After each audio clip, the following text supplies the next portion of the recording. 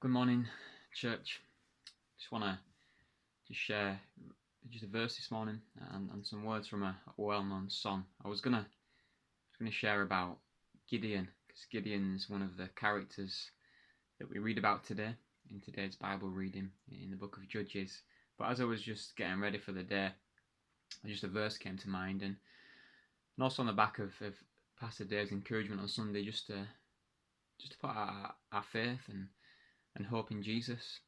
And He's our firm foundation, and it is so easy to wander from that and get caught up in the different things that we hear around, get caught up in different emotions, get caught up in all sorts of things that really take us away from Jesus and leave us on shaky ground. And the verse that came to mind was a well-known verse, Hebrews chapter 12, verse 2. But I'm going to read the first couple of verses.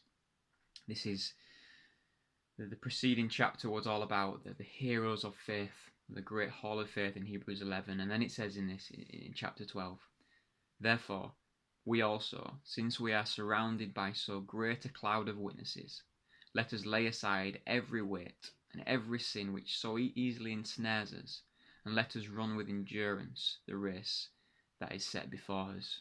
This is the verse I want to look at. Looking unto Jesus, the author and finisher of our faith, who for the joy that was set before him endured the cross, despising the shame, and has sat down at the right hand of the throne of God. And specifically just those three words at the beginning of chapter 2, looking unto Jesus. Just an amazing encouragement and something that should always be towards the forefront of our mind, to be reminded to look to Jesus, because our eyes wander, our eyes drift, our mind drifts, and as I was thinking about this verse, just this reminder to look to Jesus. We all know the well-known hymn, Turn Your Eyes Upon Jesus, and just thinking about that this morning, and I had a little read of where that, I'd heard stories of where that hymn came from before, but it was written by a lady called Helen Lemmel. She was born in England in the 1800s, moved to America partway through her life, and died in 1961. But she wrote that hymn, Turn Your Eyes Upon Jesus, after reading a gospel tract. I didn't realise this. A gospel tract that was written by a missionary to Algeria in Africa, who was going through some difficulties, and she just wrote a tract to encourage people to look to Jesus, to put their focus on him. And she wrote that amazing hymn that has become so popular even to this day, people re-recording it and using it in church services. I know we do. There are some stories of this lady, Helen Lemmel, who wrote this hymn, that she wrote it after her husband left her, and after she lost her eyesight. Whether that's true or not, it's a nice thought to think that she would still turn her eyes upon Jesus through those difficulties. But it has been a real encouragement